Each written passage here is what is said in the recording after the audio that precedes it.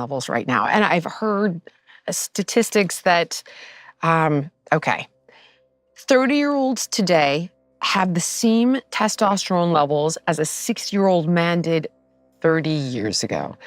Is this blown out of proportion? Do we have new information now that we're just testing more people? Or is this, in fact, an epidemic, a crisis? So it is true. Testosterone is lower today, age per age, than it was in the past. I can't speak to that exact statistic, but I can tell you that a 30-year-old man today has the average 30-year-old man today has the same testosterone as the average 50-year-old did prior to about 2000. So it's certainly that statistic is plausible, which is a little more extreme, given that it's a longer period of time. So it's a problem. It's obviously something's going on then, right? Yeah, and I think probably the best explanation, honestly, has to do with body weight. Really? Yeah. So, and it's not body weight, it's fat mass. I didn't think you were going to say that at all. Yeah. I thought you were going to tell me like microplastics or something. No, it's most likely, the most obvious candidate is body weight, right? So as body weight and body fat go up, men tend to aromatize more testosterone. So they turn testosterone into estrogen more.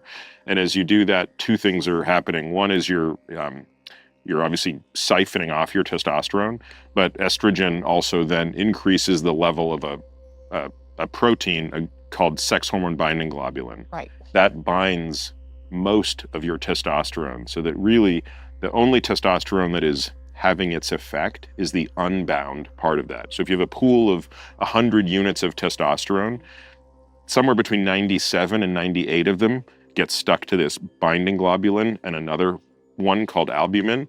And the only thing that matters is the 2 or 3 that are not bound. Right. So as you make more of that binding globulin and deplete your testosterone because you're making more estrogen, all those things are going to drive to kind of a lower testosterone level. And I think that is probably the most likely explanation for what's happened over the past 50 years, which is not to say there aren't other things that could be doing it.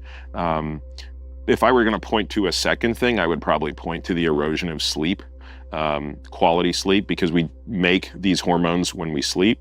So if you're not getting high quality deep sleep, your brain, pituitary in particular, isn't making the hormones that tell your testes, not your testes, my testes, to make more testosterone.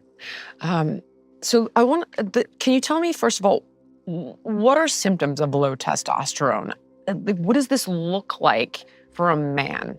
How do they know that they're experiencing it? How do you not confuse it with something else? If you're like, well, it's fatigue. Fatigue could be anything. No, so there's no clear diagnosis. It's not like, how do you diagnose high blood pressure or how do you diagnose diabetes, where it's very clear and it's black and white. And those things tend to be black and white because you use signs. Signs are objective things you measure. Symptoms are not. Symptoms are subjective.